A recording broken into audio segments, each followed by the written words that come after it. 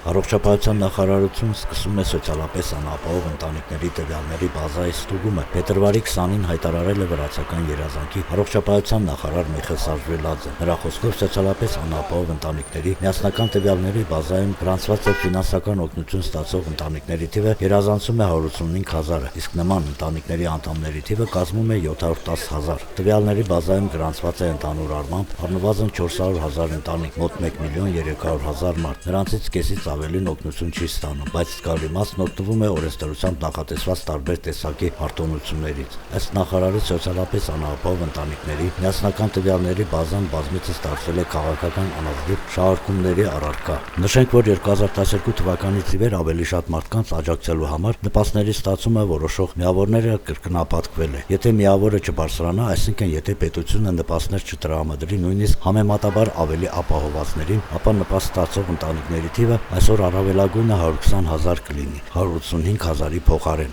ասել է Սաժվելաձեն։ Նրա խոսքով սոցիալապես անապահով ընտանիքների միասնական տվյալների բազան չի համապատասխանում երկրի տնտեսական առաջընթացին։